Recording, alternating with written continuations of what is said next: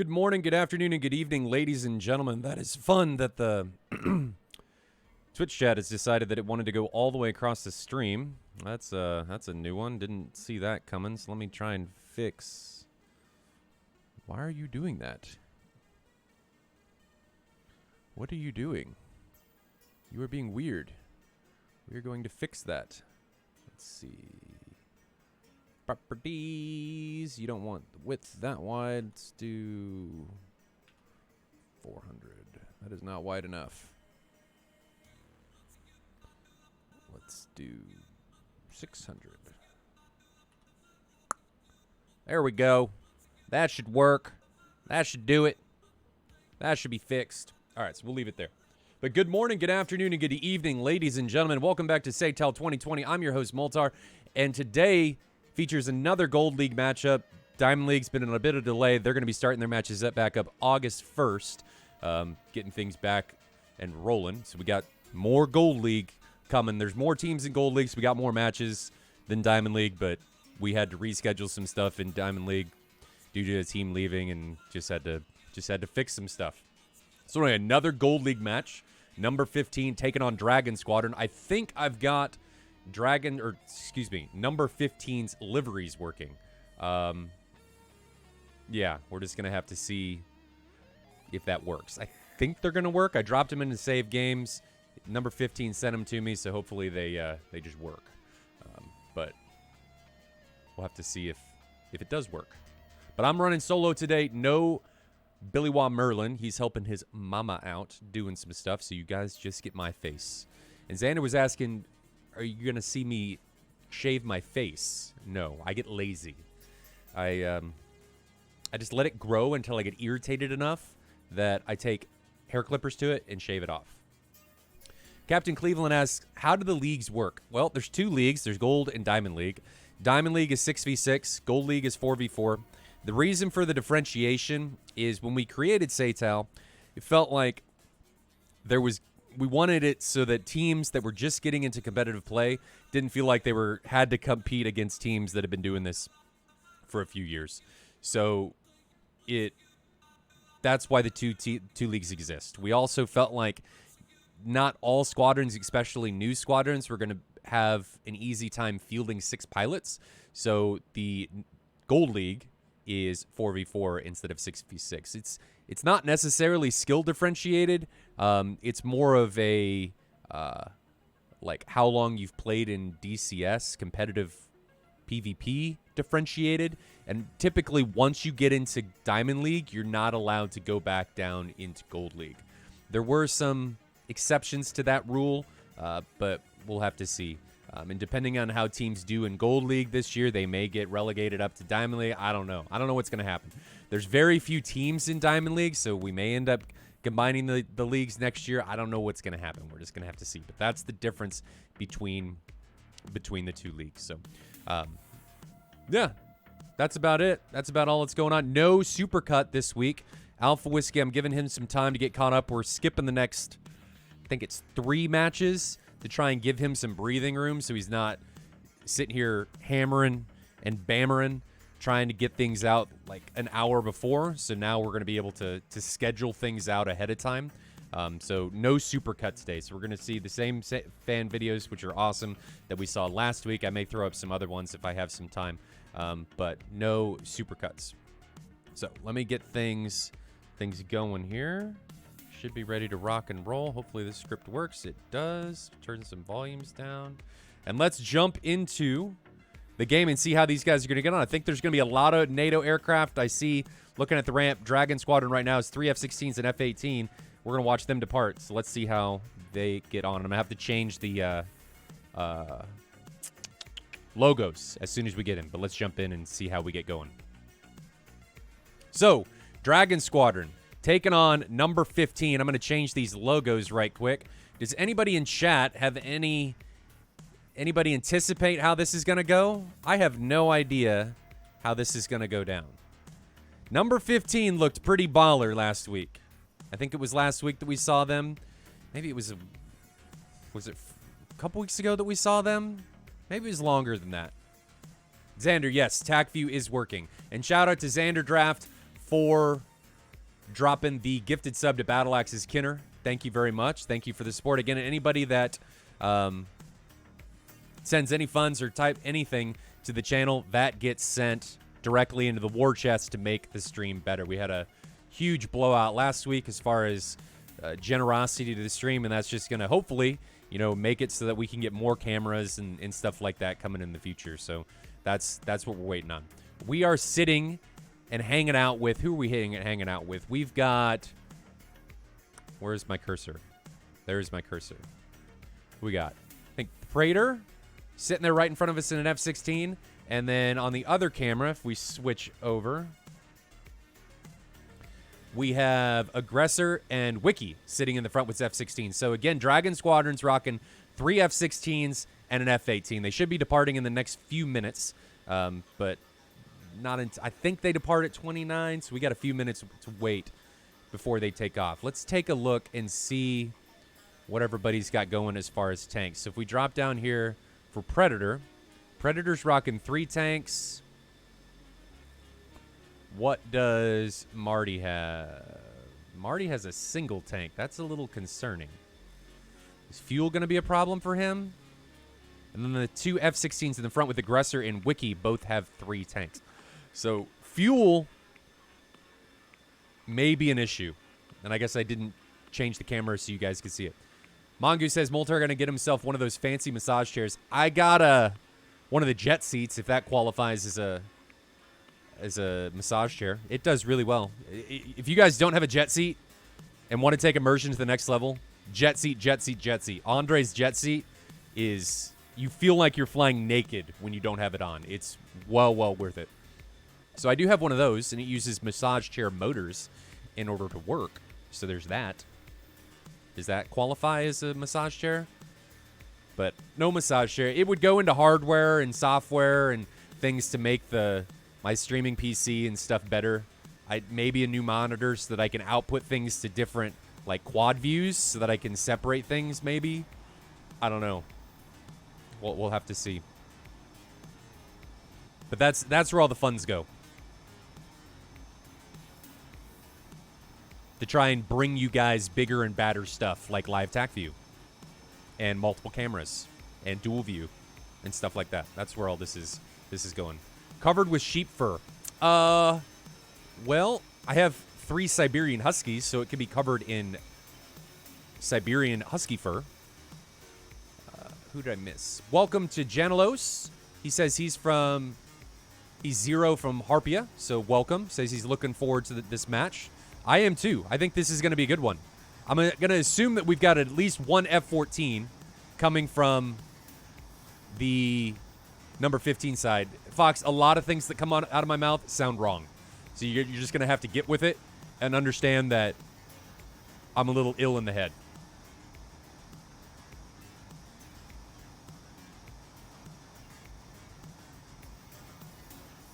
Should be getting close to departure.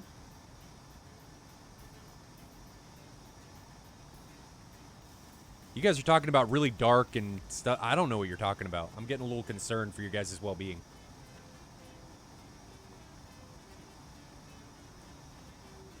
Should be departing here any second.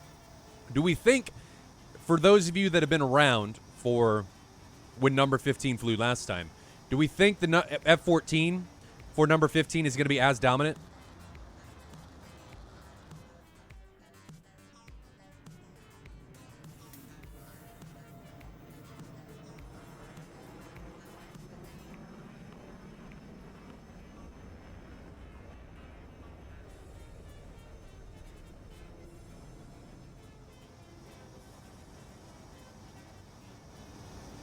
Mongoose says F-14 is the best fighter in the game. Discuss. Oh, I don't know about that. I don't know.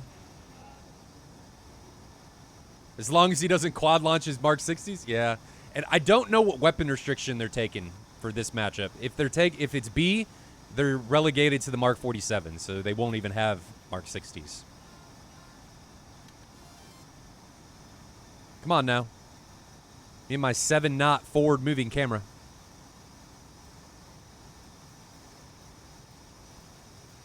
I mean, Tomcat is one hell of a plane, but you get inside of it. If you start getting inside the Tomcat's range, there we go. No, wrong button. Bad Moltar. Let's crank up the volume and get these guys departing.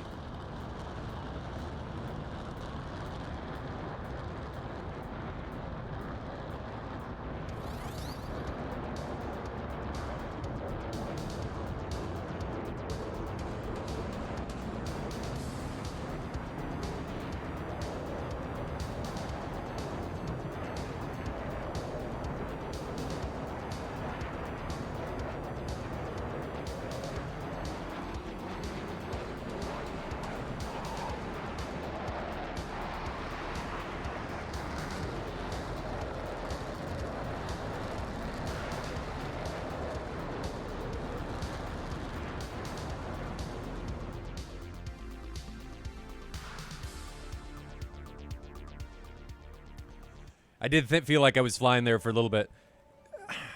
F-15 is a beast. It definitely takes a good pilot. And I really feel like if you get in close and are able to get past that Phoenix range, you kind of quell it a little bit. But at range, medium and long range, nothing that can really reach out and deal with it. She's a beast. All right, so we know what Dragon Squadron's taking. This is Krimsk coming up against Guadada. Looks like number 15 has taken 3 J-11s and an F-14. So I'm going to assume that this is weapon restriction B if they're taking J-11s. Because if it was A, they would be in they'd be in a little bit of trouble coming up against Mark. Or not Mark, but AIM 120Cs.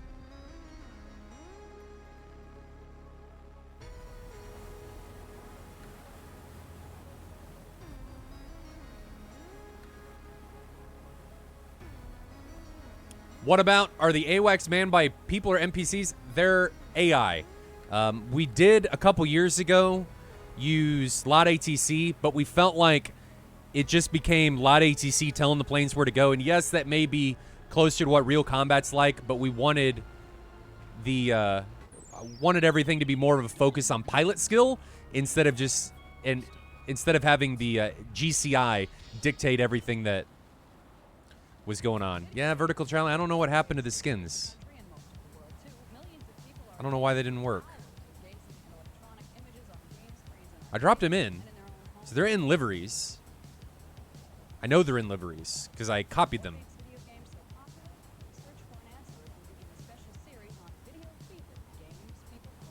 It's not a very ingressy song. Let's check on our F-14. Yeah, F-14's got a... At least we'll know where the F-14's at. Check this one out. I don't know what happened, Vertical Charlie. You got an interesting... It looks like half the skin loaded. Not entirely sure.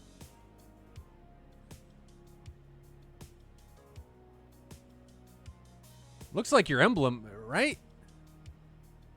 No? Yeah, but usually when you load a skin that you guys don't have, it, or that if you guys are using a skin I don't have, it defaults to the default skin. So, I don't know what happened. I'll have to look at it and see if I can get it going after the stream. But missing half the aircraft. I'm sure, I'm not doubting that you used it last night. I'm just saying it. I don't know what happened. Something happened either with when you uploaded it to the Google Drive or when I downloaded it, it corrupted or something. But this looks like half your skin. Yeah. So it put part of it in there. It just screwed up the other part of it. I don't know. I don't know what happened there.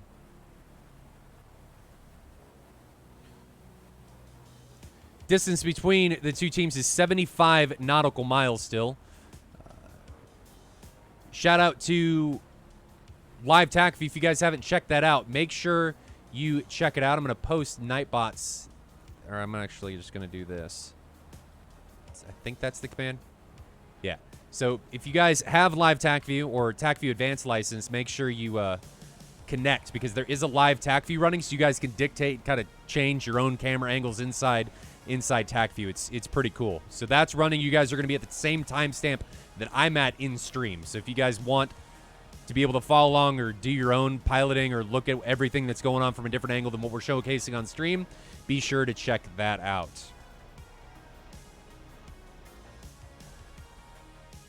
Taking a look at Marty in his F-18, 6 120s and 2 AIM-9s. I'm a little concerned that he didn't take 2 tanks. He only took a center line. I'd rather see dual racks on the F8 on the 120s outboard and have the fuel tanks. I mean, he's severely limiting the amount of fuel he's taking into combat. So, I mean, would you guys? I feel like the center line has more drag than the 2 wing pylons. So I feel like that's what I'd like to see. Damage early? Maybe, but if you want to do damage early, you'd want to take, in my opinion, more of a energy fighter, like an F-14 or an F-16 or an F-15. I mean, the F-18 just doesn't do it, in my opinion, unless I don't understand something.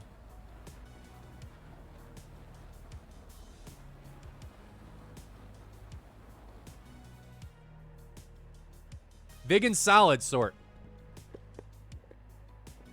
Solid plane.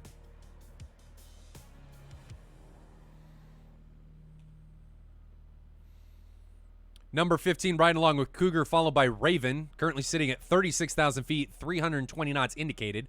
Sounds like they're over Mach 1. Separation between these two teams is now down to 40 miles. If we take a look at the map here. So they're down to 40 miles, 120 Bs in the air coming from Wiki and Aggressor. Guys, 40-mile 120 B shots, not going to happen. It's just not in competitive play.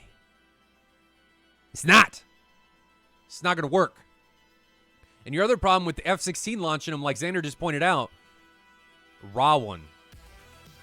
Raw one. Did I say that right? Raw one.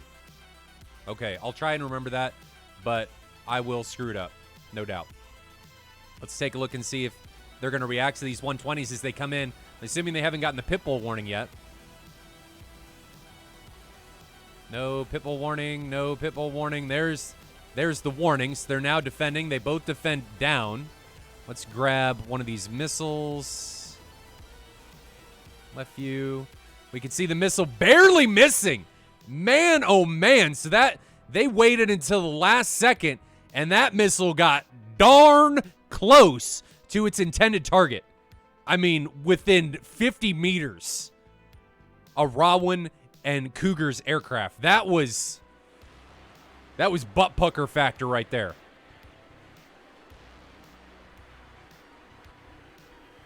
That was a little concerning. And the missile was actually still at 1,300 knots, so you got to try and fly in front of the airplane. You got to get your brain ahead of that. I don't think it was chaff saving him. I really don't. I think that was the missile just wasn't in a good enough energy state to be able to pull the amount of G needed to stay with them.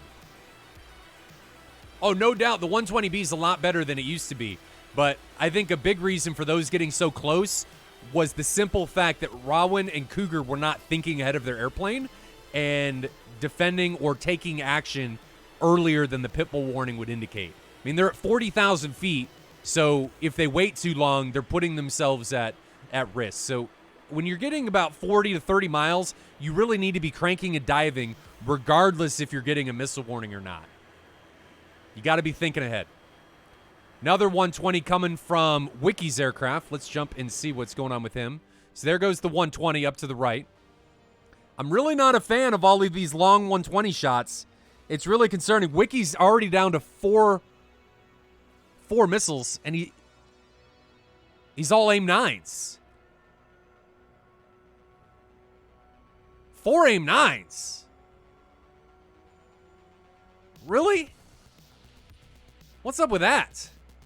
That's a little weird. So Skinner's now ingressing. Let's jump over to him. Skinner in the F-14, and it looks like something happened.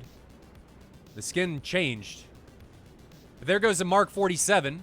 We're going to grab it in a second. So let's move and grab that Mark 47. Where is it? Where is it? Where is it? There's the Mark 47. I'm going to see if I can grab who it's coming in on. Where is it? So it's right here. It looks like it's coming in on Aggressor. So let's grab Aggressor, who's flying low. I'm going to zoom out on him a little bit. Go to dual view. So we've got Aggressor on the left. Looks like he's defending. Now, I don't know where that missile is. Looks like it's right there. Yeah, so that Mark 47 is trash. So he was able to line of sight it.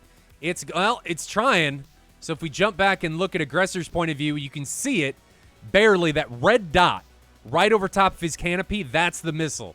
So it's trying to get to him, but it's at 420 knots indicated. That thing's not going to do anything. So if we look from the missile's point of view at where Aggressor is, Aggressor's out there. It's 5 miles away. That is not going to be able to do anything. So let's jump and see what the overarching map view looks like. See if anything happened while we were doing that. Still 4 pilots remaining aside. Wiki thought about pressing into the 4-ship of number 15 remaining pilots, Viper, Rodwin, Cougar, and Skinner. So again, 3 J-11s, a Singleton F-14. And he's getting a little bit separated from his Dragon Squadron compadres of Marty, Predator, and Aggressor. So little concerned about the separation that he is building with his teammates. That is 15 miles. It's a long way. It's a little concerning for what he's doing. But let's take a look and see what he's doing in his actual aircraft. He's still got his 2 tanks on. I would think those tanks are about dry. He's been in gate quite a bit.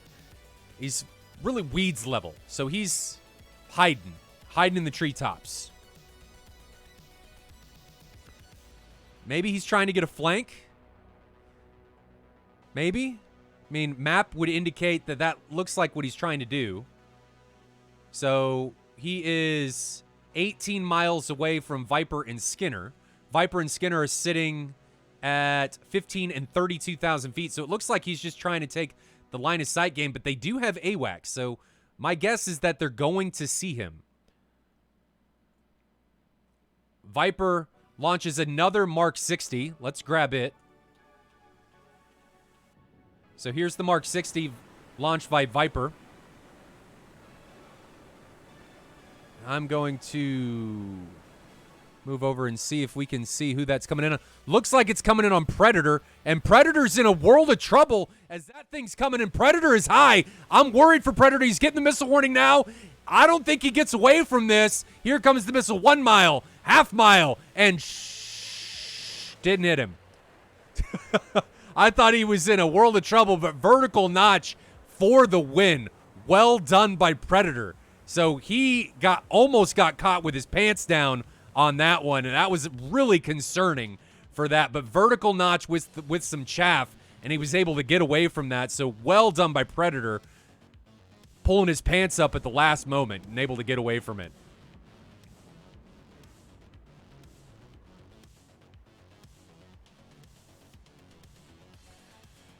Battle picture, still 4 pilots remaining for both sides. Wiki and Marty are now pressing in against Rodwin, Cougar, and Skinner. Wiki got a whiff of something and is now turning away. If we look at Marty, he's still hot. ET coming from Cougar onto Marty. Let's see if he's going to be able to see that. I don't think he sees it yet. You can see the missile ingressing right there. Marty's in gate. There goes the 120. Was that just him trying to wait a little bit long to see if he could get a missile off? 3 miles now. 2.5 miles, still no flares coming from him, but I think he out-energied the missile, and there it goes flying by his aircraft, so no threat. Back to the F-10 map. 120 now coming in on Skinner. Skinner is not defending. 120 coming in on him from high to low, I think. Maybe not. But ER coming now from Skinner at 5 miles. So Skinner, and then Predator puts one out. So if we jump and look at Predator, but Marty's in trouble. He's got an ER coming at him, and he's decently slow, and he's too slow to be able to effectively get away from that, and he gets pounded by that ER, gets caught high, not able to vertical notch, and he gets schmammered, and then for good measure, his own teammate decides, dude, you screwed up. I'm going to make you pay, and he just puts one into him as well. So now I'm going to assume this 54 is coming in on aggressor. Can we see it? Doesn't look like it. Where is it? So the 54 went over aggressor's head and looks like it's chasing down Predator. We're going to ignore that one for the time being. I'll switch back to the map view so you guys can see what's going on. But that missile, actually, the 54 that was on Predator just got line of sighted and went into the ground, and it's toast. But Wiki and Viper are now being hugely aggressive. It's right along with Cougar as he ingresses here. So Cougar's ingressing. The other guys from the number 15 side are egressing. Let me set that camera up for you guys so you can see what's going on. So jumping back to the map view, Wiki and Aggressor are now turning cold. Predator is the trailer for Dragon Squadron. So 3 pilots remaining for Dragon Squadron, 4 remaining for number 15. Looks like Dragon Squadron's trying to reconfigure or regroup. Viper and Skinner are now hot. Let's grab Viper here. So Viper is pressing in. Does he have any AIM 54s left? He's got 1. So Viper has a singleton AIM 54. We can take a look at his aircraft. He's got 1 AIM 54 remaining as he ingresses onto the 3 remaining Dragon Squadron pilots, and he's in a decent position. He's like 9 miles away. You can see the Dragon Squadron enemies down low. So Viper's in a decent firing position. ER coming from Skinner. Let's move over to Skinner's aircraft. You can see the ER coming from Skinner. There goes an ET. So both of those missiles going on to, I can't tell who, but AIM-9M, is that going to be a sneaky stealth missile coming in from the left? I think it is, and it's able to take down Skinner. So sneaky beaky AIM-9 toasts Skinner, smashes him in the face, and guys, taking a facial from an unknown and unwanted location is not something you want to happen. And that's exactly what ends up happening. Sneaky beaky AIM-9 equalizing the playing field at 3 apiece, but I'm a little worried about Wiki's positioning. So Wiki is getting in deep. Let's jump to Wiki's position. You can see each one of those red dots is an enemy aircraft. There's a few missiles in the air. The bottom left one is actually a missile. But Wiki's in trouble. He's got I think that's an ER coming from high to low. It's actually a 77. 2 miles now behind him. 1.5 miles behind him. And I think he's going to be able to outrun it. I don't think that's going to be a problem. Let me show you guys the battle view. Let's flip over here. You can see how close that R-77 is to Wiki's aircraft, but you can also see how fast the R-77s bleed out of energy. So he's able to very easily run away from that. But if we jump back to Wiki's aircraft, he is very fast at 700 knots indicated, so he's not going to have any problem getting away from that. Cougar, I'm worried. Cougar's now maybe getting pounced on by 2 aircraft. But Rawin is coming to save the day. Rawin in his J-11 is flying low. Cougar is the friendly J-11 that's right off the nose. Make sure I don't miss anything. And let's switch to Viper. Viper's got an AIM-9 coming in on him. We can see the AIM-9 right there, 2 miles away, but he really wisely turns away. I think he didn't like what he was seeing and gets the hell out of Dodge. So well done by him. Oh, there's a 54 coming in on Aggressor, and it's got some juice. It's still under power. 1 mile, half mile. I don't think Aggressor gets away from that because he doesn't notch, and that missile was launched close. So Aggressor decides, I'm going to try and outrun it. But guys, trying to outrun a Mach 4 missile when it still has power, newsflash, not going to work. And it didn't work. And we actually missed a kill, so another one of the Dragon Squadron guys got taken down. Unfortunately, we ended up missing it. But Dragon Squadron's Predator is the last man remaining. It looks like he's getting ready to merge with Cougar. Here's the merge. And no hits coming from the M61 on Predator's side.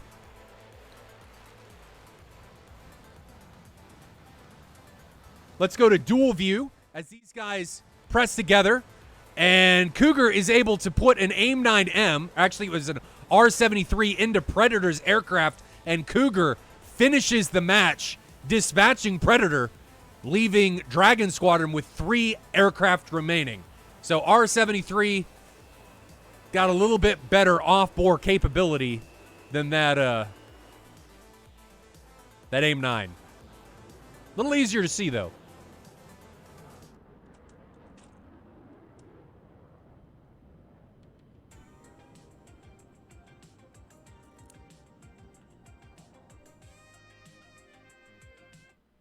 Well flown by number 15. I was getting a little worried there. They were in a bit of a trouble. They were in a bit of a pickle or a spot, and that they were able to pull it out. The changing moment right there was when Viper took down Aggressor with that AIM-54. Well flown by Dragon Squadron, though. The Viper and the AIM-54, it was just, that was the turning point. That was what did it. So I guess, Vertical Charlie, your guys' skins seem to be working. I guess they just took a minute to load. Looks like they're working, though. Some of them. The Tomcat was working, and now it's not. I don't know what the deal is. But well flown by them.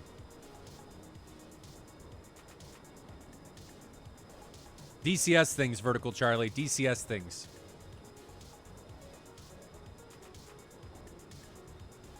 What did you guys think, though? I thought that match could have gone either way. That match was... That was 50-50. Up until the point of Viper getting that kill. Is Pops Viper's Rio again? For Tar Man, it does seem like he may have ejected that skin. That's definitely a possibility. I did laugh when one of the Dragon Squadron guys got hit. And then, I don't know if his aircraft fell through the trajectory of an incoming 120 and it mad dogged or pitbulled on him. Or what happened. But I laughed when one of the Dragon Squadron guys got hit and was crashing. And then got hit by a friendly 120. That was just insult to injury right there. Luckily, he was already hit. And it wasn't... I won't consider it an all-out fratricide, but... I don't know.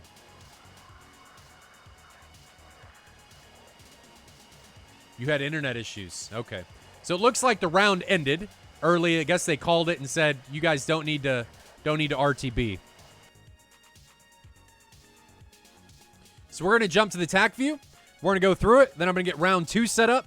And we will go on our merry way. As of right now, number 15 is leading 1-0 over Dragon Squadron. I'm going to send you guys to a quick fan video as I get the TAC view set up, and we will be right back with more competitive DCS action featuring number 15 and Dragon Squadron.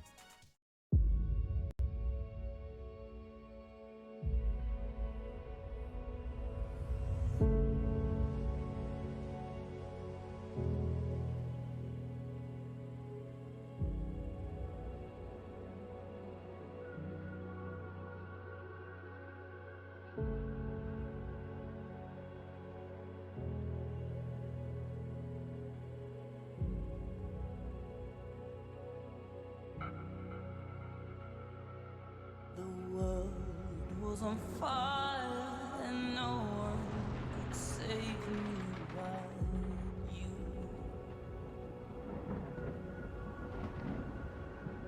It's strange what desire will make foolish people do.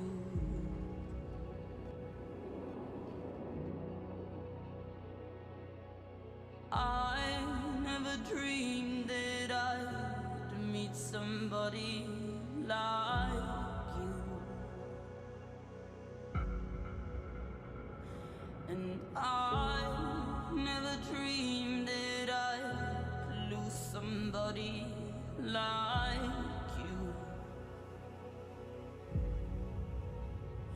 No,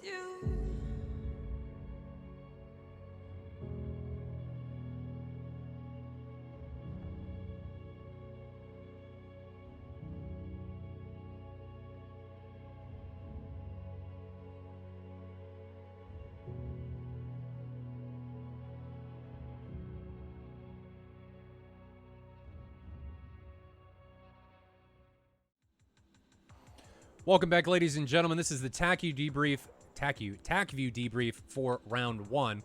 We're just going to go through and see what exactly happened. So let's jump into it. These missiles, I'm not really a fan of these 40-mile launched missiles. I mean, if we take a look, that's 45 miles. Yeah, they were close, but what would happen if they waited just a little bit longer? Just a little bit longer. Those missiles would have had more energy by the time they reached their target. I mean, just wait till 40, inside 40, 35, 30. I mean, that's the time frame that you need to be worrying about. And you're not farting. You're not fighting Mark 60s. You're fighting Mark 47s. So you've got a lot more time to react. And the missile's not under power for as long. It's take your time when you're launching these missiles and then aggressively crank and dive and get the hell out of Dodge. So you don't need to be this concerned about incoming threats, I'll say. I mean, they almost hit him. If you guys would have waited just a little bit longer, they could have had significantly more energy by the time they reached their target. I mean, they didn't react. These guys did not react until the missile was like 4 miles away. They almost died. This missile is still Mach 2.4. Almost died. And it just didn't quite have it. Didn't quite. Actually, it got notched. So this one I think is going for, yeah, it got notched. So it wasn't that. Oh man. Look at that. He just barely got across it. I think that was probably, Cougar, you're a great pilot, but I don't think you intentionally notched this. And you're not even chaffing. But you flew right across that missile's path at almost a perfect 90-degree angle. And, oh, man. He's like, man, I got this. I got this shit. Watch this. Check this out. And he showed all of us. Rawin, on the other hand, is dropping all the chaff. But, man, that thing got close. That got really close. Woo-wee.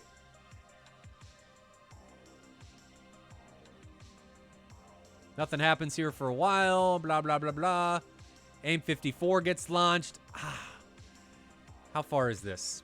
29 miles. That's not bad, but it is a Mark 47. So, I don't think that's the best target. Because Dragon Squadron's aggressor is low. I don't like this. I would have rather seen that on saving it or launching it on a high contact. So do we have any?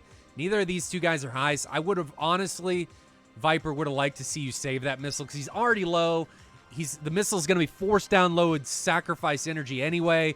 From 30 miles, if he turns around, that missile's going to be toast. And he turns around so you can see what happens. It's so easy to line of sight it.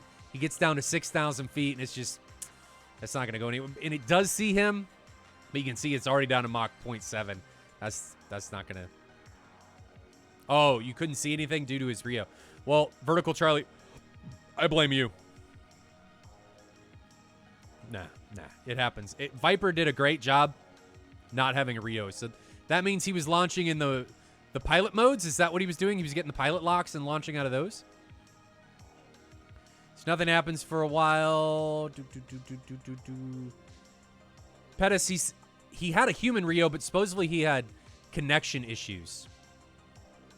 Another AIM 54 comes in on Predator.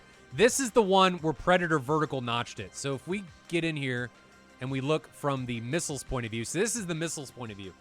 And Predator gets, you get lucky, my friend, because you're high enough that you can vertical notch, and that's exactly what ends up happening. But usually you're able to vertical notch things that are a little bit further away, and you vertical notch that thing just at the last second. At the last second. Oh,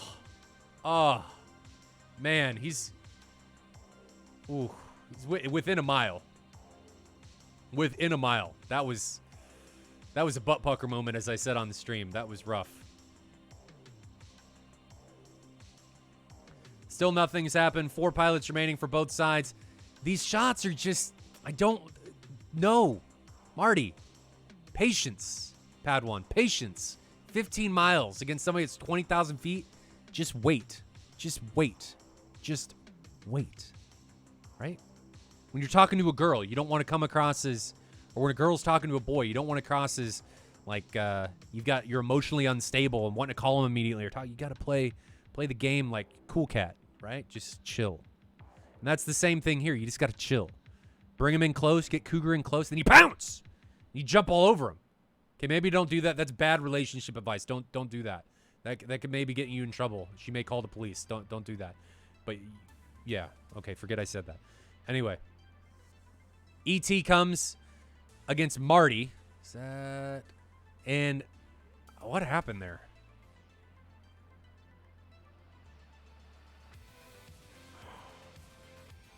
Interesting. It's like it doesn't even, I don't even know that it's tracking him. Well, it is, and then it's not. Huh. It, like, doesn't care. If this was an F-16, it'd be all over him, in my opinion. But I think that's just how the IR stuff... I feel like in an F-16, it's really difficult to dodge ETs. But maybe it's because of his high aspect of the missile. Maybe the flares back there spoofed it. I don't know. Did he cut his engine power? Doesn't look like it. No, he accelerates. So, I don't know what happened there. But ET doesn't work. It was a decent ET shot. 120. Skinner gets lucky that thing doesn't pick up him. It's padlocked on a Cougar, and Skinner flies right past the 120. I guess it's 8,000 feet above him, so that's not a big deal. ER gets launched. This is a case of an ER coming from Skinner onto Marty from 5 miles. And Marty just isn't slow enough and isn't aggressive enough in trying to defend this. And a 5-mile launch ER, it's going to have some pep in its step. I mean, you can see it's still Mach 2. So you got to be aggressive when you get launched on from this range. From 5 miles or in, man, you got to do something. Especially when you're under Mach 1, you got to make something happen. Line of sight it, notch it, serpentine, do something, or that thing is going to snip. It's going to be like a dog that smells something it likes, and it's going to latch onto it, and it's not going to let go. And that's exactly what happens, except this dog was faster than what it was chasing, and it caught it. And when it caught it, it ripped it to pieces, and Marty ends up dying. And there's the 120. Predator. I don't know what happened there. Predator, that was launched while Marty was still alive. Ooh. Oh, man. He got lucky that Marty wasn't alive still. I don't know what happened there. Aggressor's now pressing.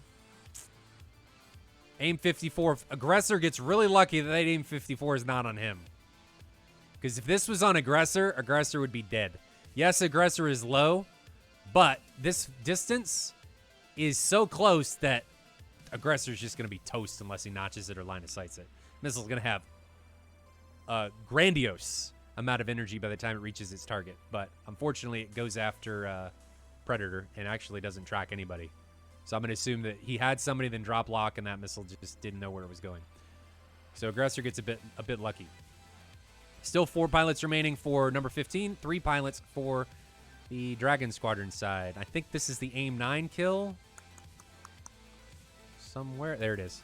Okay, so AIM 9 launched by Wiki onto Skinner from 4 miles. This is a deadly AIM 9 shot, and this is something that people need to think about and contemplate about when I say think ahead of the airplane. When you're in this close and you have a feeling somebody else is out there, man, you got to be considering that there are IR threats. You have to consider that there are unseen threats that are coming for you that just want to hit you. I mean, just guys lurking in the corner looking for that facial, right? And that's exactly what happened here. There's just guy came out of the corner. You didn't see him. And he got you. You actually turned into it.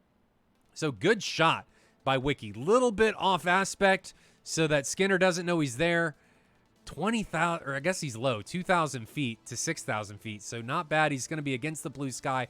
That's a decent shot by Wiki at 5 miles. Wiki now recommits. Ooh. 2 miles.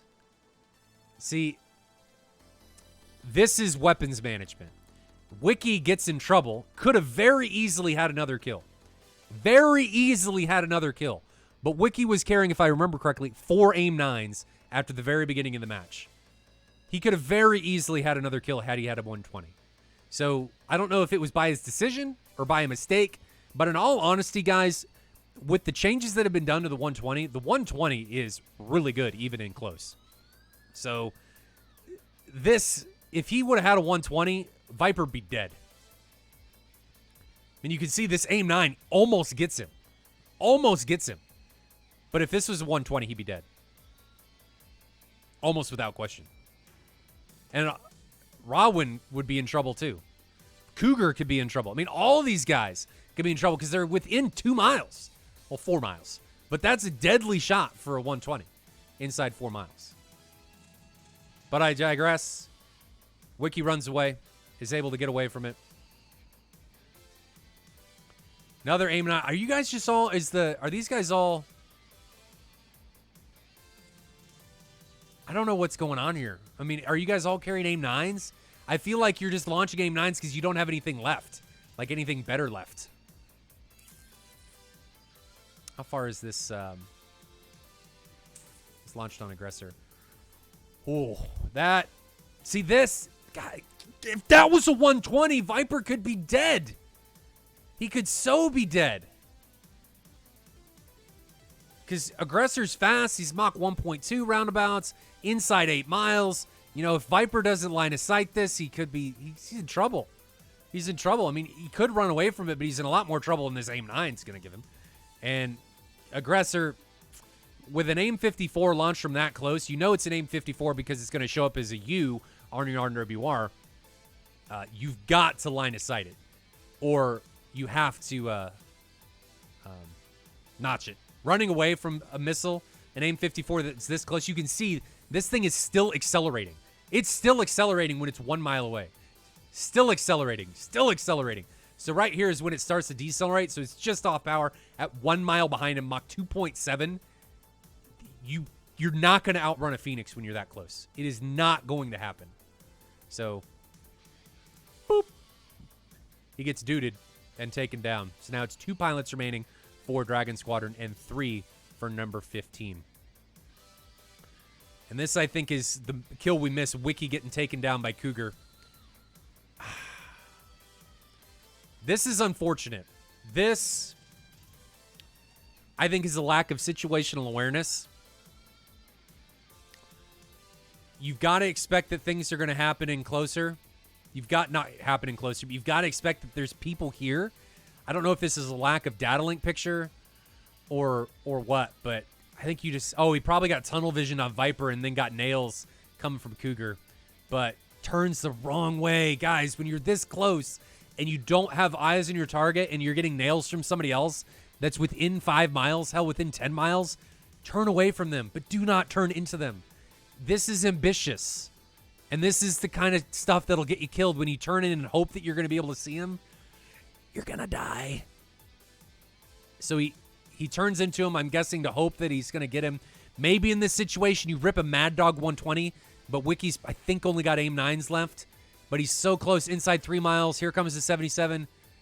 And shabwam, right there. So there's the 77, comes off from 1.7 miles, and you have to either notch or line of sight this. And honestly, from 1.7 miles, notching that, you're not going to really have time to be able to do that. So maybe he's trying to go over a hill or get into a valley, but I think that was the case of him, I think, just turning the wrong way. Turned the wrong way, and if he would have turned right, I think he would have been better, but he turned left and ended up dying. But Predator, this, I'm calling it. This is altitude. Altitude, altitude, altitude. This is an assumption, but I'm assuming Predator's data link picture is poop because he's at 2,000 feet over the valleys. And let's take a look and see where he's at. Yeah. Your data link picture is bupkis, right? So you got to be higher. And I know you probably don't want to be high because you're fighting a Tomcat and stuff, but be medium altitude. Be somewhere where you can get low if you get shot at. If you're low, Man, they're gonna, if they're higher than you, they're gonna see you. You can see his AWACS, the number 15 AWACS out there. It sees you. There's no reason to be low. You are already seen. And you're flying in a valley. You got to be planning of where you can go to get us to escape this stuff. You are in a valley, flying headlong towards the enemy position. When you do this, if somebody sees you, you are going to die because your only cover is to your left and to your right.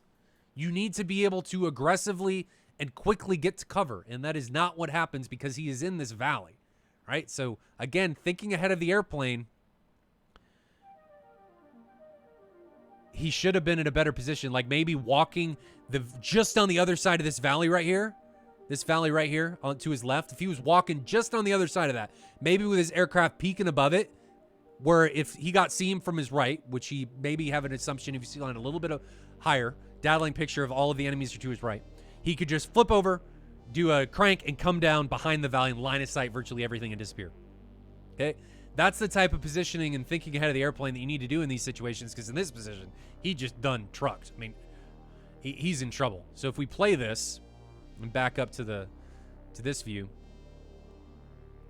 Cougar already sees him, right?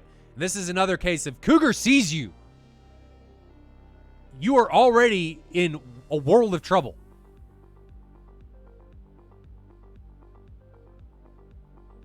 Though you could have killed him, but you don't have any missiles left. Oh, man. Mad Dog 120 territory right here. Cougar dies. Weapon management. He'd be dead. No question, because you end up seeing him. Man, you even pre-flare. Well done. He would be dead. Mad Dog 120.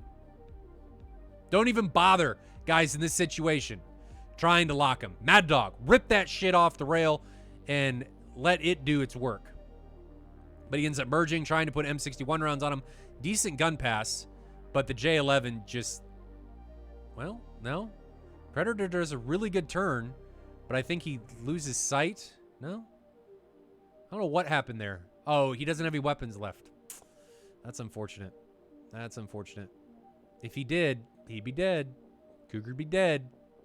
And you'd be, instead of, you know, turning back here and being that much closer to whoever launched this, you'd be further away. You'd be up here somewhere, disappearing into the mountains. But alas, that's not how it ended. And Predator gets taken out. I'm gonna throw that one down to not having the weapons. Well, Xander, yeah, maybe, but it's just shot selection. That's what it comes down to. You got to have better shot selection, regardless of what aircraft you're flying. Shot selection is really important. You got to choose those high PK shots. So that's what it is. That's all it comes down to. So let's jump into the match. I'm going to hit the play button. Let me find my cursor here real quick. I'm going to hit the play button, see how these guys are going to get on. Number 15 is currently leading 1-0 over Dragon Squadron. Do you guys think they're going to be able to come back? What do you guys think? I don't know. But let's jump in and see how they're going to get on. So sitting here looking at the runway with Skinner, Cougar, and can't tell who the other one is. Rawin sitting. Looks like we're missing Drona in his F-14. Let's grab him. He's taxiing in the F-14. Vertical Charlie, I don't know what's going on with your guys' skins. I'll take a look at it afterwards, but it looks like they're trying to load, but they're not load. I don't know what's going on. Maybe it's a track thing. I don't know. It's weird.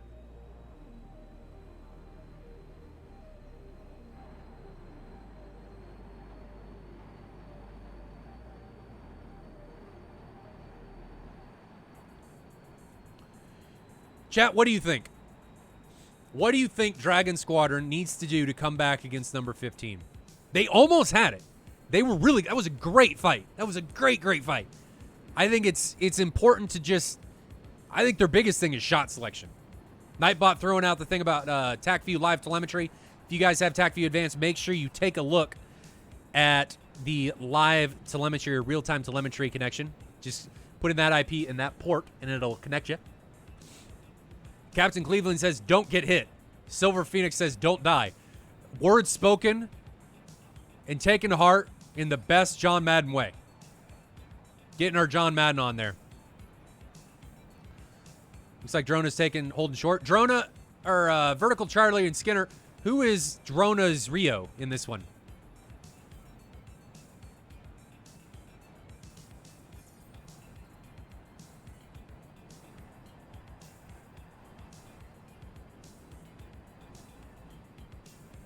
Viper is the Rio. Okay. Huh. So the cameras are actually doing different things. So my left setup is missing. This is really weird. I'll just have to look at this Vertical Charlie after the track. It's really bizarre. Because if we go look at the other camera, because it's a different DCS instance, it doesn't see the skins, or it sees them and only sees half. I don't know what's going on. I'll have to look at it. This is weird. This is funny. I'll just have to look at it after the stream. At least we'll be able to tell who's who on that camera, in that instance. At least. I tried Vertical Charlie, and I'll keep trying. I did drop him in. I'll try and download him again and see if maybe that's the problem.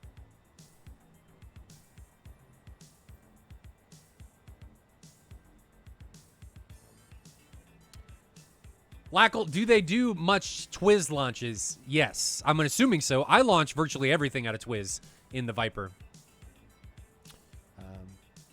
I think it holds lock actually better than RWS. I don't usually use STT. I don't have a tendency to put myself in a position too where I need to be doing that stuff. If I'm in close, I try to Mad Dog stuff. Xander drops another gifted sub to Vertical Charlie. Thank you very much, brother.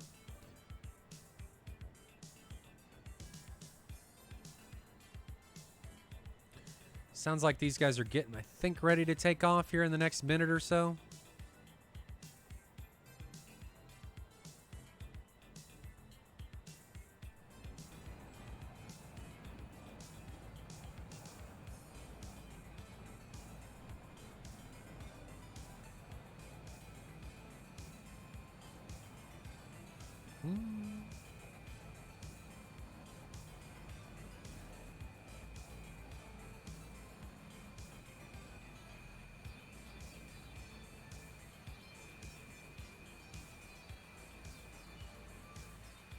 Oh.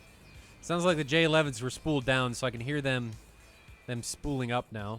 We are in the ground. So I'm assuming they're getting ready to take off here quite quickly.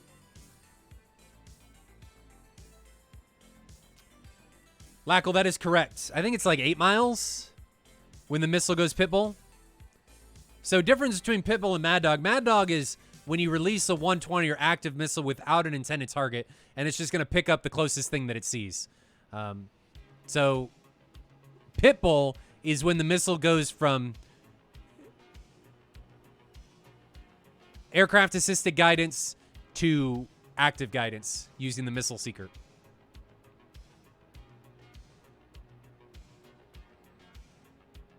First two depart for the number 15 side. Drona and Skinner still sitting on the runway.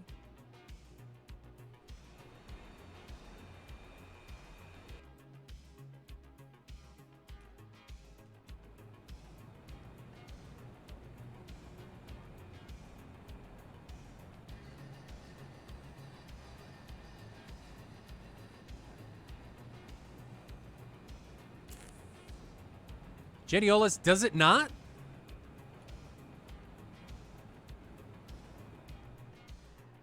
Can you not do a Mad Dog R77? Maybe the missile's just not capable of it. I don't know. Not sure. Never thought about that, actually. No, Lackle, the R77 is active. You don't have to support it.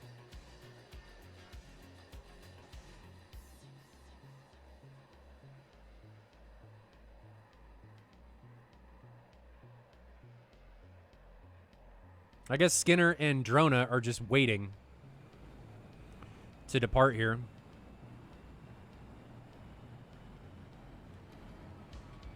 There they go.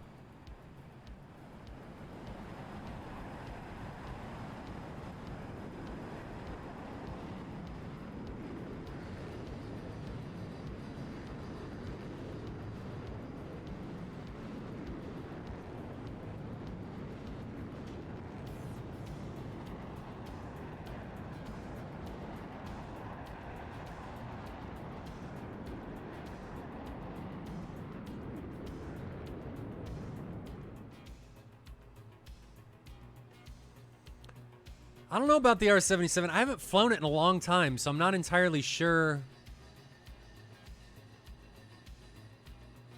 what it does. I haven't flown the J-11 in a couple years now. Since the F-18 drop. Well, not since the F-18 drop. Since the F-18 got TWS. Lackle, what'll happen if you lock somebody in EWS and then long pull the trigger, it'll turn on the radar, lock to your EWS target, and then launch and give it the INS stuff that it needs.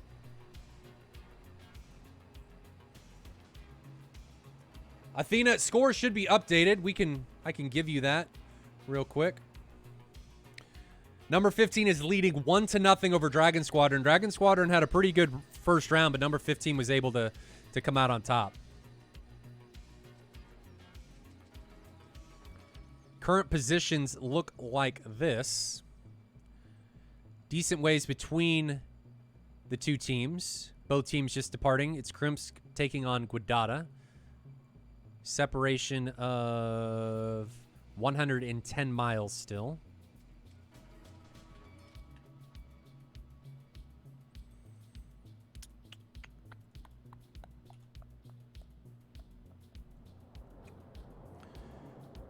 Now here with Aggressor and Wiki in their F-16s. Not very fast, 270 knots indicated, but they are already at 40,000 feet. They just came back under Mach 1. That angle of attack is going to bleed your energy. You don't really need to go any higher than that.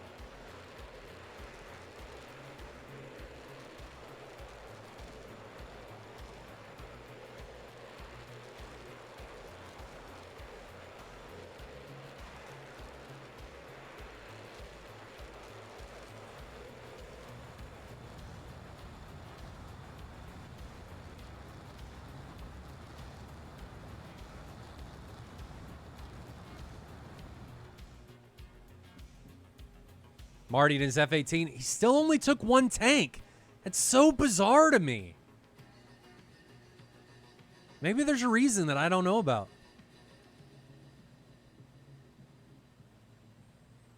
I gotta let you know what song this is. This is Chama by Pathos. Let me back up. We'll listen to it again. I'll send it to you. This is Chama by Pathos. That's what Spotify says.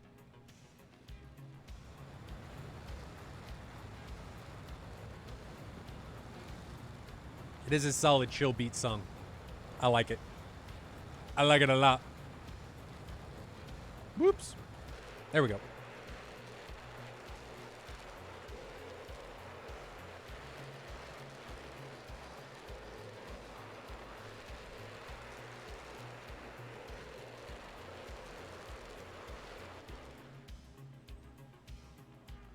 Uh-oh.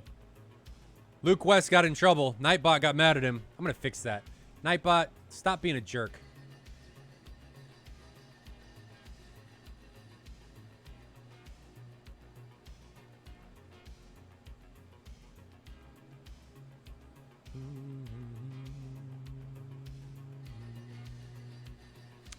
Let's see. Dashboard. How do I change it? Spam protection. Disable. Okay. That should be fixed. Let's take a look at the current picture again. Picture looks like this. Separation between the two teams is now down to 65 miles. Lucas West, your Nightbot has been fixed, so you can post a link if you want to. No Rick rolling or posting porn or anything like that. And I don't want this channel to turn into a debate about why Donald Trump sucks, so let's not go that route either. I mean, I do think he sucks, so don't get me wrong. I'm sorry if anybody's a conservative and loves him, but no love for the Oompa Loompa. But anyway, no more about that. DCS only. Separation between the two teams is now down to 56 miles. Last time we saw the first 120s coming into the air shortly after this marker. They were being launched at 45 miles.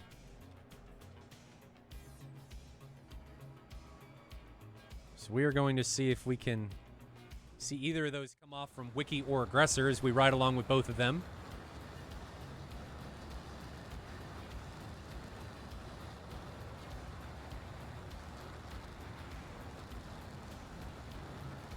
Is that a 6? Oh my God, it is!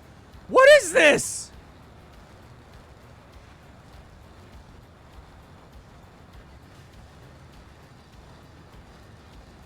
.120 got launched from Aggressor. 6 AIM-9s.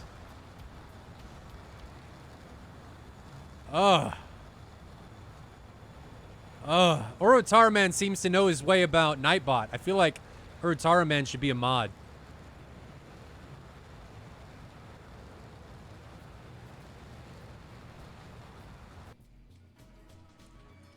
Let's see. 120 launched from 50 miles. My ear itches. It's really AIM-9s, Navy. It's really AIM-9s. We got the Navy captain and Navy doc. But yeah, those are really 6 AIM-9s. Yeah, I mean, I understand the idea behind it, especially with the 120B setup, and this setup may have been more applicable before the 120 change, but now, especially since they're just M's, they're not X's. And we haven't seen nearly as much merging this year as we have in the past. Well, we have a little bit, but it's just, man, I don't know.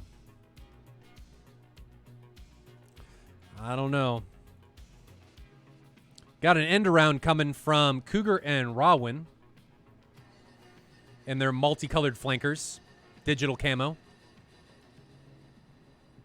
going to split screen this so you guys can see what's going on.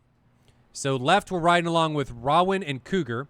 On the right, we've got our overarching picture as these guys ingress. So this is the two ship we're riding along with coming into the flank on Dragon Squadron. The F-14 with Drona is way up here. So while we watch these guys ingress, they're going to turn away. Nope, they're still hot. They are at 36 or 30 and 30,000 feet.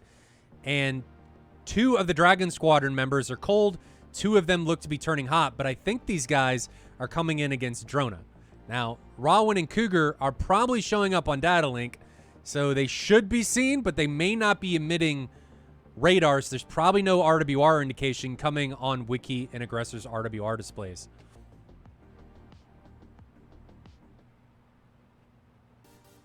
Separation between these two elements. Rawin and Cougar are 23 miles away from the Dragon Squadron force at 30,000 feet. The Dragon Squadron force 34, 22, 35. So everybody's decently high. The lowest guy is Wiki at 22,000 feet, but he is our lone man rocking the 4 AIM-9. So maybe it makes a little sense for him to be a little bit lower. Looks like the 2-ship of Cougar and Rawin is now turning away, but I think we are going to see a launch coming soon from the Kitty. Drona's Kitty. I think we're going to see a launch coming here really soon.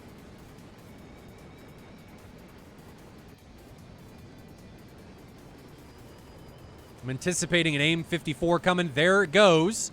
So there goes the AIM-54. Can't tell who it's on yet.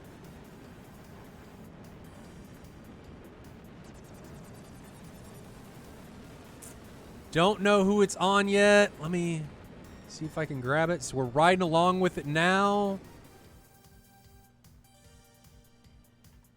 Getting better at managing these cameras. So we're riding along with the AIM-54. If we flip to dual view real quick, we can see the ingress of who it looks like it's coming in on. Can't tell quite who the intended target is yet. Is it Wiki? I can't tell. I think it's Predator. So Predator is sitting at 573 knots indicated. The AIM-54 is coming through 1,700 knots. Let's grab Predator now. Predator's climbing. Predator's high. don't see him yet. See that missile yet. So Predator's at 22,000 feet. Nothing else is going on yet. We can see the AIM-54 sees its target. There's the AIM-54 out there. Predator just got the warning. AIM-54 is at 900 knots indicated, so it's going to close. Is it going to catch up to him? 300 knots indicated on Predator. Oh, is it going to work? This is going to be close. No, the AIM-54, if we jump to the AIM-54 view, it's going to be out of energy. And you can see it's starting to fall off. So, but what it did now, though, is it took Predator out of the fight. So it did work to a point. Let's take a look at the battle picture now. Still 4 pilots remaining for both sides. Aggressor and Wiki are a bit separated from Predator and Marty. Rawin and Cougar were in a decent position to get a flank on Aggressor and Wiki. Mr. E, even if he turns into it, that Phoenix is so low on energy, it's not going to be able to turn. You got to have airflow going over the fins for it to be able to turn. And if you don't, it can't. It's just going to fly in a straight line.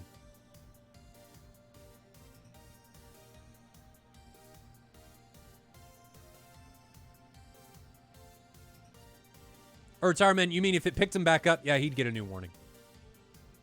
Well, if it dropped him, he would lose it. But if the radar seeker head on the Mark 47 picked him up again, he would get the warning again. I don't think it was 60 degrees of AOA for no reason. Sometimes when that happens, though, it's because the battery wears out, and that's a side effect of that happening.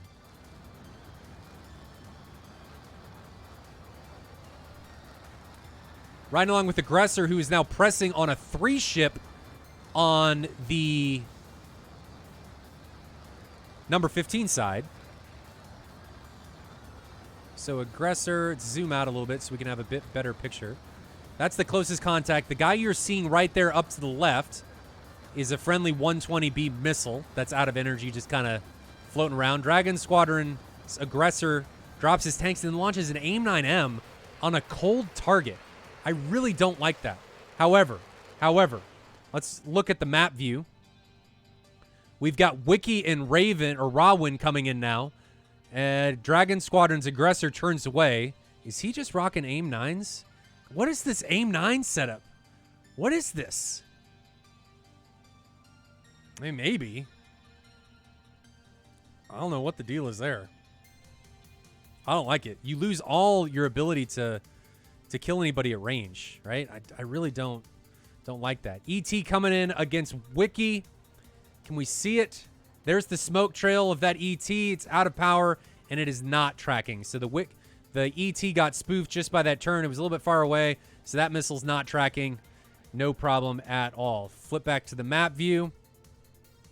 Everybody's being pretty standoffish. AIM-9X is not allowed. It is banned. It was a little too good. Little too good. Wiki's recommitting now, so let's grab his view again. Riding along with Wiki as he ingresses in here. AIM-9, are those flares? Those were flares. So he dropped a couple flares just in case. But we do have a Mark 60 that was launched. Can we grab it? There's the Mark 60. Let's flip over. And this thing's going to have some juice. She's going to have some serious juice as she ingresses into her target. I think this one's going to be on Marty. Where is it? Where is it? There it is. So there's the Mark 47. Marty's in trouble. Split view. Are we going to catch it in time? Yeah, we are. So the Mark 47's coming in, and it pulverizes Marty. Marty gets caught with his pants down, and this time not able to vertical notch it, and just gets bamboozled. Has no wings. And guys, I don't know if you know this, but you need wings to fly. And since he's a pencil, ground's going to eat his lunch. So Marty gets taken down as the first casualty of round 2. 4 pilots remaining for number 15. 3 now for Dragon Squadron. Dragon Squadron has Wiki, Predator, and Aggressor remaining. Number 15 has Rawin, Skinner, Cougar, and Drona.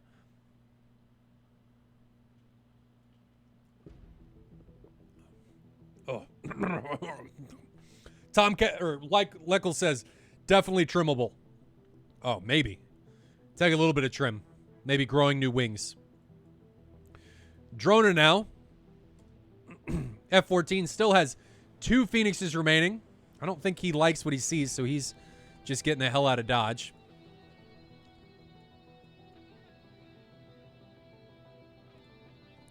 Skinner now ingressing. Well, Skinner's getting out. He got a Pitbull warning. He gets the hell out of Dodge. So everyone, with the exception of Cougar, is now cold for the number 15 side. Oh, Rawin now recommits. So we've got everybody on the Dragon Squadron side hot, and then Rawin and Cougar are now hot. ER coming from Cougar. Is that supported? Can't. That doesn't look supported. That's not supported. So that missile is trash. Guys, if you're going to launch, well, maybe. Let's take a look. So this is Wiki. Does he have an ER coming in on him? There goes the chaff. Does he know it's coming? Woo! Just saw it fly by his aircraft. So that was supported the whole way. And he gets really, really lucky that that didn't eat his lunch and take him down. So Dragon Squadron being very, very aggressive. Let's grab Aggressor here. Hopefully he doesn't hit a tree. Aggressor's got multiple missiles being launched from his right flank, ET and ER. And ET phone home. And the home may be Aggressor's, but I think he's going to be able to out energy it. 0.2 miles. That thing is close. Close, but he's able to out energy it and get away. So well done by him, being able to get away and defend at the very last moment. Now we've got Predator coming in against Cougar, but they only have these AIM-9s. I don't know what this business is. What is this? This is concerning. AIM-9 coming in against Predator. You can see it out there. So Predator's now sandwiched. Or Cougar's now sandwiched. AIM-9's closing on Cougar. Is that going to catch him? I don't think so. But now Predator is in a world of trouble. He's got all kinds of missiles coming on his left flank, and he's now having to be defensive. So he's trying to get away. Line of sight's everything. So he's able to get the hell out of Dodge. But Predator has all kinds of stuff all over his ass. AIM-54 now coming in. You can see it. Smoke trail. It's not powered anymore. But he needs to get lower. Predator, you need to get lower. You must get lower. You must get lower. That AIM-54 is all over your butt. And it is much, much faster than you. Half mile now. Still catching you. Still catching you. We're going to miss a kill. Oh, nope, nothing happened. I think he's going to be able to out energy it. So let's jump back to the world view. Now, Aggressor has shit all over his ass, and he gets taken down. I think that was by an R-73. So Aggressor gets taken down. He gets smashed. And I think we missed another casualty. Predator is the only one remaining, and he is now hot. He is ingressing now against the whole sheboing of the number 15 side. Is he going to be able to make anything happen? No missiles launched. Nobody sees Predator. Predator has no weapons remaining.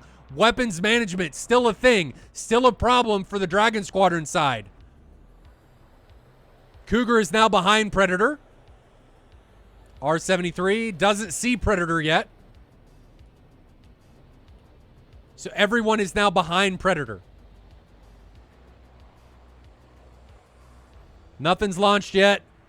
Oh, there goes something. ER coming in on Predator. He's not defending. 1 mile, half mile, face mile, and he gets taken down, facialized, and the ground is going to claim it's another victim. So this round went a little more lopsided than the first round. 4 pilots remaining.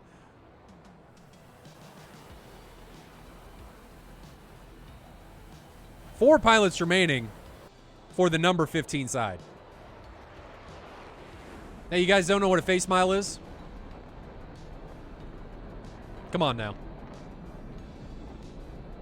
Face mile, you know? The distance between a missile and your face when it hits you. Face mile.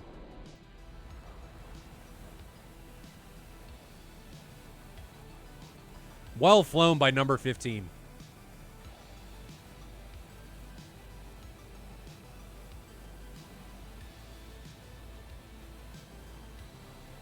Chat, thoughts. Hit me.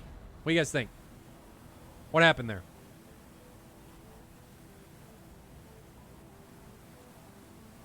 Aside from half camo number 15 planes. I mean, maybe that's why nobody was able to see them, because they were half camouflaged.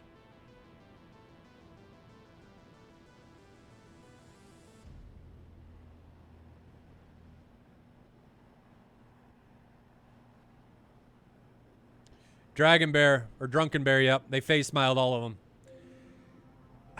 I'm going to say it again, weapons management, and I really think that those taking all aim 9s really hurt Dragon Squadron. That really hurt them. There were a lot of situations where if that was a 120, they would have gotten kills. They would have definitely gotten kills. So having those full aim 9 loadouts, that was rough. That was really rough.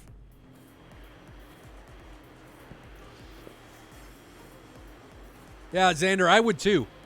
I would too, especially because of the turning ability of the 120 now.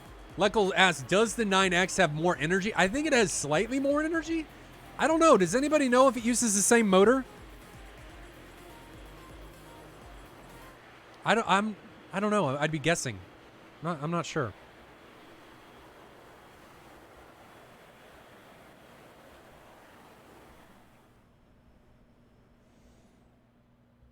And it looks like the round is ending. Yep. So the round has ended, and that brings us to the end of match 2. So I'm going to send you guys to a fan video while I get the TAC view set up, and we will debrief this round 2 between number 15 and Dragon Squadron. Number 15 taking the match overall 2-0.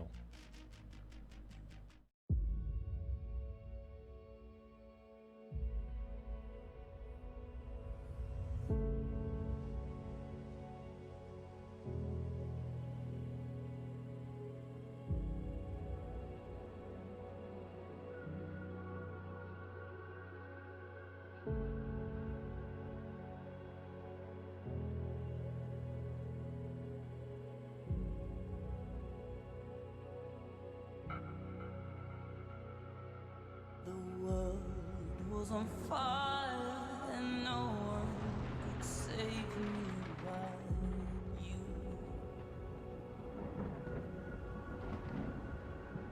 It's strange what desire will make foolish people do.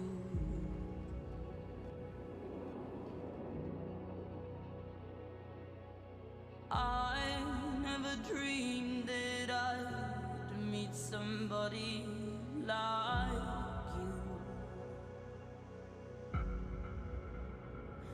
and I never dreamed that I'd lose somebody like you. No, I don't wanna fall in love.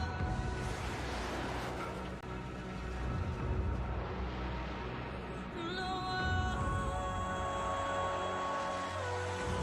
don't wanna fall in love.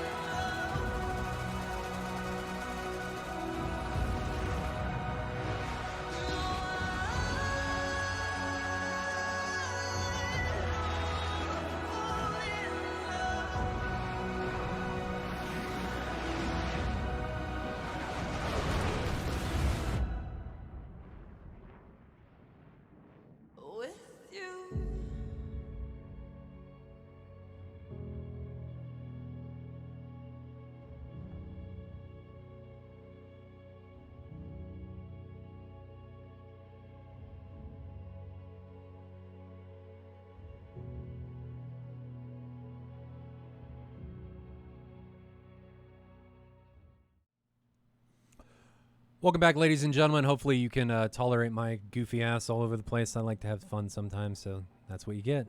That's what you get. Hopefully it brought a little bit of smiles to you guys' pandemic-loving life. But anyway, let's go through this match and see what actually happened. So, first thing that happens, number 15 tries to get their flank on. Last Navy captain says, think there should be a King of the Hill type of match where the last man stands. Well, that's kind of how this is. So there's an invisible bubble. Oh, you mean with everybody being on their own? Yeah, maybe. With gunfire and stuff everywhere. Is the music glitched? Is it screwed up? Anybody? Anybody? Glitch for you. All right, let's restart it.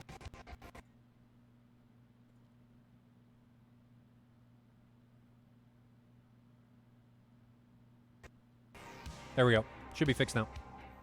Anyway, let's jump in attack view and see what's going on. So number 15's Rawin and Cougar get a little close and then they run away. Probably could have serpentined those missiles, but what have you. This was the first Phoenix launched against Predator. Predator out-energies it, but you can see how far it pushes Predator out of the fight. You can see how he's so far away from the rest of his teammates. And he's still going. Still going. Still going. Still having to deal with it. You should realize that this missile's toast. Is at 0.4 Mach. Not going to do anything. Can't catch him. He just turns, recommits. Can't do anything. But he waits till the missile warning dissipates and then recommits. But he's so far away. So far away. How far away is he? 25 miles. So even though that didn't hit him, that took him out of the fight. Navy captain, yeah, that may be something we can do. I might do an event like that. That could be fun. Could be fun. Still nothing. Oh, this is when Marty gets caught with his pants down. Where is Drona? Okay. Launched from 17 miles. Guys, if there's a Tomcat, if you know there's a Tomcat, you cannot be allowing enemy aircraft to get this close and be at 22,000 feet. This is bad, bad, bad, bad, bad. Bad. Fly at medium altitude. Medium to low altitude. Like, in a position where if you get launched on, you can easily get low. You can easily get into a notch position. Yes, you can notch when you're this high. But I don't like notching this high because it puts you at a disadvantage if somebody, you don't have terrain to hide behind or do any of that stuff. You're just a sitting duck. So don't be caught 22,000 feet against an opponent that's looking at you, that has Phoenixes. No. And there it goes. Mach 3.1, 3.2. It hits him at over Mach 2. No. Bad Marty. I'm just kidding. Just get low. No reason to be this high. And if you do get caught that high, go straight down. Straight down. Do not try and go sideways. Do not try and, do any of this stuff. Like, in this position, he gets pitbull warning probably right about here. Just go down. Straight down. Vertical notch. You're not going to outrun it when you're caught this high. It is not going to happen, especially when you start out at Mach 0.8. It is not going to happen. So he dies. Wiki. What is this? What is this? No.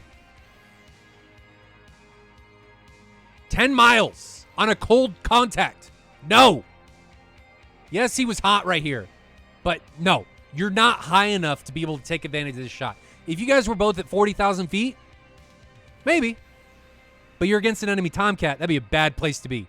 So, no. Just wait. Just wait. Turn your radar off even. So that he thinks you're not looking at him. Right? Turn your radar off. And then just ingress. And then launch it like 5 miles. And be planning ahead of your airplane so that you can pick your flight path so that when right after you launch, you can dive behind a hill. And even if you're if you're too close to the contact to not be able to out energy it and not have enough time to get into a notch, if you plan it right and you're in a good position where you can line of sight it, all that doesn't matter. I don't think, Lackle, that it simulates ground clutter. I don't think the notch effect is that comprehensive. It's just if you stop your closure rate to the missile, then you notch it. This not going to do anything. I mean, it's out of energy before it even gets halfway.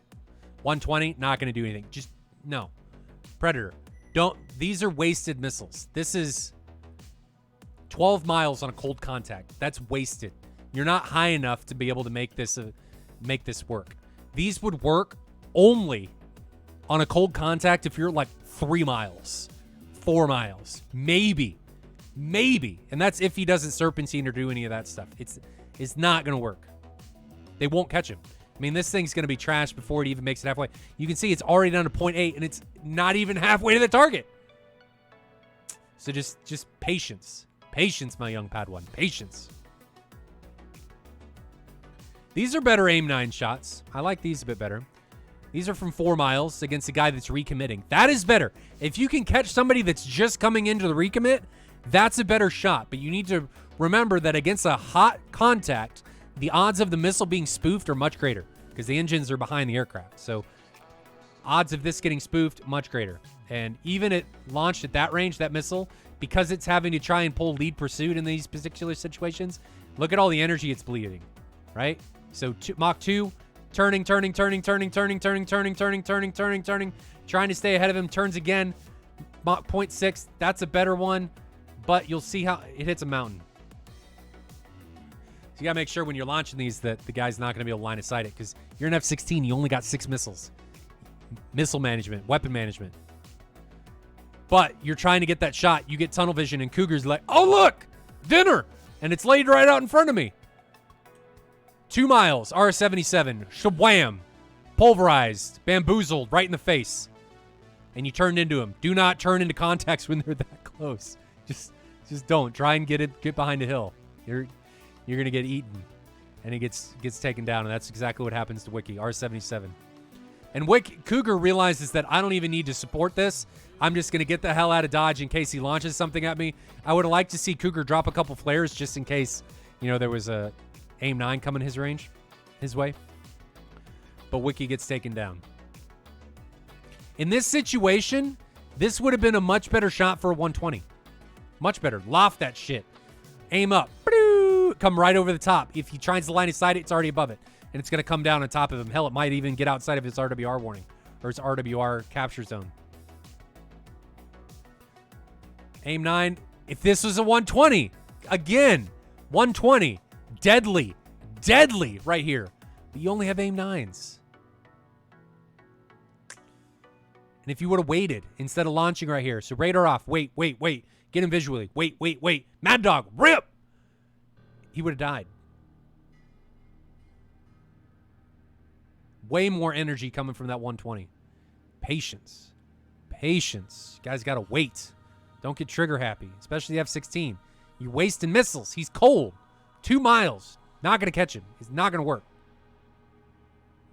See? It's already running out of energy. Already Mach 1. He's Mach 1. Not going to catch him. Not going to happen. And he's just dragging you. So you got to recognize in these situations, Predator, that you're being dragged and you got to turn away. You're not going to catch him. It's not going to happen unless you want to burn all kinds of fuel and you have time to run him down. But you don't, because the squad has arrived and you have all kinds of stuff coming your way. R-77s, you end up being able to get away from them. But the AIM 54 takes you totally out of the fight. So now we're back up here with Aggressor. And he line of sights that. R-73. Yep, that's going to hit him. So Skinner puts instead of just sitting in this notch, when you're trying to defend, guys, recognize that if you sit in the notch, if you don't have an AIM 9X, you cannot do anything offensively. So if you're just going to sit there, you are allowing your enemy to close on you. And that's what happens. He's sitting in the notch, and he allows the enemy to close. And when you're in the notch, IR missiles are going to eat your lunch because they're going to be able to see this. They're going to be able to see your engines. Flares are going to do next to nothing. R-73 launched. Sees all that heat coming out of there. All that heat. It would have been better if, instead of notching, so you recognize that you lost the missile warning here, get behind a ridgeline, get low. Get low, get low, get low. So that he loses you. And then do something maybe that he doesn't anticipate. Turn into him at that point. And when you turn and you see him, just barrel roll and drop all kinds of flares. Just drop all the stuff. Because this is a last-ditch effort when you're in this close. You're not going to be able to outrun him. You got to commit or disappear. One or the other. Now it's a 1v4. Predator is the last man remaining. Recognizes that AIM 54 is out of energy. He just says, I got to do it. Line of sight's the first R-77 coming in there.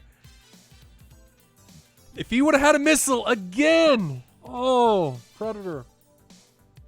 It makes me sad. This makes me so sad. If you would have had a missile, Cougar would be dead. He would be dead. So dead. But you don't. You have nothing left. Weapons management. And Cougar gets through the merge. He does better at maintaining where you are, recommits. Doesn't shoot. Cougar may be out of weapons at this point. And then he gets the hell out of Dodge. So he recognizes that I've lost situational awareness. I'm not fighting this anymore. I'm going to run to my adversaries or to my friendlies. And that's what he does. So now it's Rawin coming in. But it doesn't matter because there's an ER launch from Skinner. How far is that launch from? 5 miles. Ba-doo! There it goes. Mach 3. Still Mach 2. It's not having to... ER does really well at maintaining its energy state. Still Mach 2.7. No defense. No line of sighting. And facialized. Face mild. And that's it. Number 15 is able to take it. Xander says if he had 2, he could have taken both Cougar and Rawin. Yeah, he could have. He definitely could have. Weapons management. You got to make your weapons last. Because when you're 1v4, if you don't have any weapons left, you're probably going to die. Oh. Does the 120 still have mothership data link if you mean Magic INS? No, it doesn't. The only missile that I know of in DCS that has Magic INS still is the Phoenix.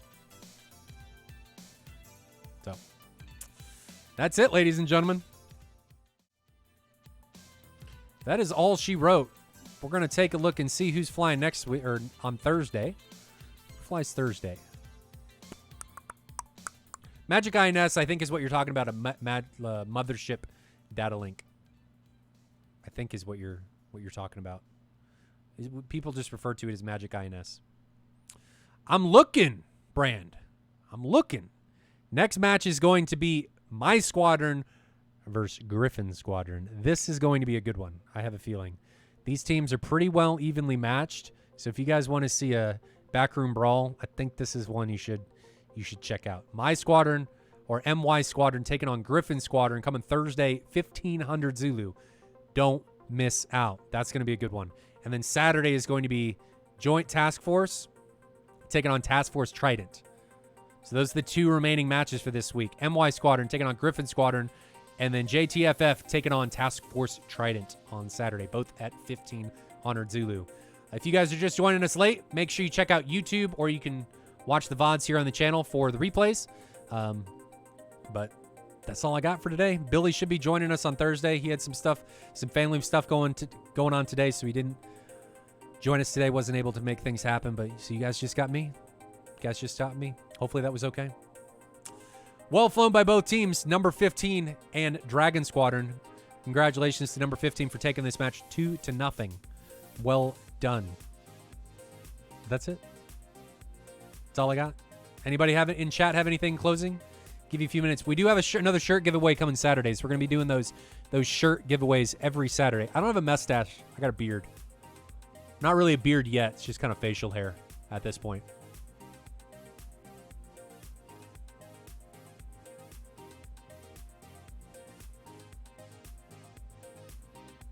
Doesn't look like anybody has anything. So I'll leave it here. Until next time, ladies and gentlemen, Thursday, 1500 Zulu, Saturday, 1500 Zulu. Make sure you turn in Thursday because it's going to be a good one. I'll see you guys next time. Fly safe in those virtual skies. Have a good one. See you later.